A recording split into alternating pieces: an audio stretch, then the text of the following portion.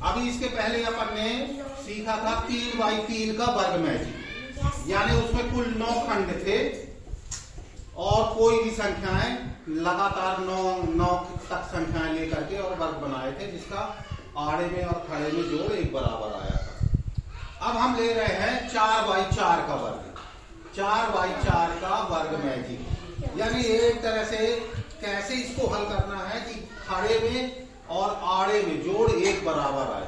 तो चूंकि इसमें खंड कितने हैं, 16 हैं, तो हमको 1 से 16 तक गिनती लेनी पड़ेगी। अब इस गिनती को हमको ऐसे जमाना है कि खड़े में और आड़े में एक समान अंक आए। तो चलिए इसको पहले जमाते कैसे हैं। 1 2 3 4 5 6 7 8 9 10 11 12 13 14 15 और यहाँ पे 16। ये पूरे अंक आ गए 1 से लेकर के 16। पर इनको जब हम जोड़ेंगे तो क्या इसका जोड़ कम आएगा, इसका ज्यादा आएगा, हो सकता है इसका और ज्यादा आएगा। ऐसे यहाँ पे कम आएगा, इसका ज्यादा आएगा, इसका ज्यादा आएगा, इसका और ज्यादा आएगा। जबकि हमारा प्रश्न बोल रहा है इस प्रकार लिखो कि आड़े और खड़े का जोड़ एक समान आए। आड़े मतलब ये आड़ा ऐसे जोड़े तो, या खड़ा जोड़े तो इसके लिए हमको यहाँ पे कुछ अंकों को बदलना पड़ेगा। ये वाला अंक यहाँ लिख दें या ये वाला अंक यहाँ लिख दें, तब जाके वो एक बराबर आए। तो इसके बदलने के लिए हम सीधा सीधा सा एक क्रॉस करते हैं। ये देखो क्रॉस आपको समझ में आ गया? एक क्रॉस यहां से भी कर देते हैं। ये समझ में आ गया? यानी इसका मतलब है ये जहां जहां भी क्रॉस हैं इनके अंकों को बदलना। तो ये लाइन यहां से यहां गई है, ठीक है, तो ये वाला अंक उठा के यहां लिख देंगे, ये वाला अंक उठा के यहां लिख देंगे। ये लाइन यहां से यहां तक गई है, तो ये 13 को उठा के 4 की जगह पे लिख देंगे और 4 को उठा के 13 की जगह। लेकिन ये बीच में भी क्रॉस है, तो ये 10 को उठा के कहां लिख देंगे, 7 की जगह में, 11 को उठा के 6 की जगह में, और तो ये बच जाएंगे, तो इसको उठा के इसकी जगह में, इसको उठा के इसकी जगह। समझ में आ गया? क्या करेंगे अपन, एक को उठा के दूसरे कोने में रख देंगे, 4 को उठा के अगले कोने में और पलट देंगे इनको। इसी तरह जब इतना पलटने के बाद आप हमको समझ में आ गया कि ये इतना सा रेखा बची, तो इनको भी पलट देंगे, इसको यहां रख देंगे, इसको यहां रख देंगे, इसको यहां रख देंगे, इसको यहां रख देंगे, और जोड़ करेंगे तो एक बराबर आए। चलिए इसको करते हैं यहां।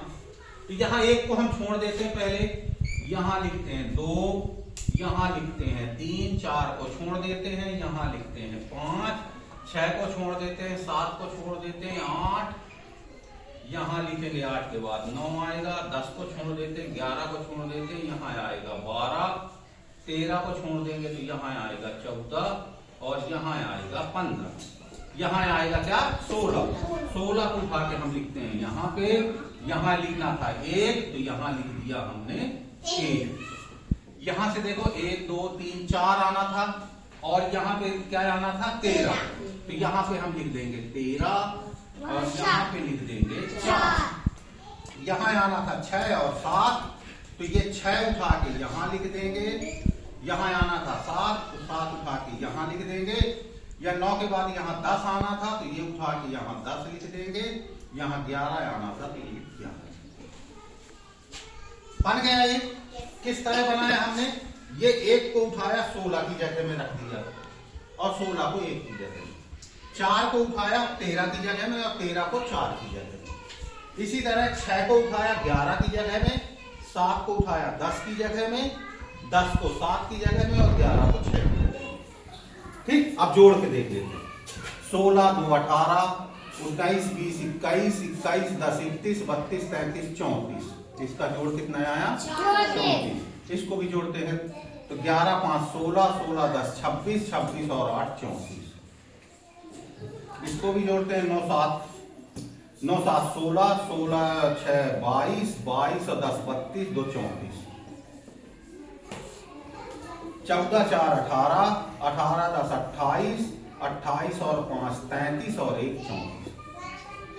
आड़े में तो सही आ गया, खड़े में जोड़ के देख लेते हैं। तो 13 13 और 7 20, 1 21, 21 10 31, 32 33, 34, यहाँ भी 34 आ गया। 10 3 13, 13 6 19, 19 और 15 34। इसी तरह इसको जोड़ के देख लेते हैं। 11 2 13, 13 7 20, 20 10 30, 4 34, 16 5 21, 21 9 30, 4 34 आ गया। एक बराबर आ गया, यानी इसका मतलब है कि हमको इसमें ये वाली ट्रिक लगाना है। 9 के खंड वाले 3x3 में हमने जेड की आकार में हमने लिखा था, लेकिन इसको हमको क्रॉस के आकार में लिखना है। ये क्रॉस विधि कहला गई, यानी हमने 20 से इसको क्रॉस किया और जो अंक थे उनको पलट दिया, बाहर वाले खंड का बाहर वाले में, अंदर वाले खंड का अंदर वाले में। समझ में आ गया? तो ये आपको विधि कैसी लगी? यदि अच्छी लगी है तो एक बार इसकी अपन प्रैक्टिस करेंगे और बार बार प्रैक्टिस करेंगे, अंक बदल बदल के करेंगे। Thank you.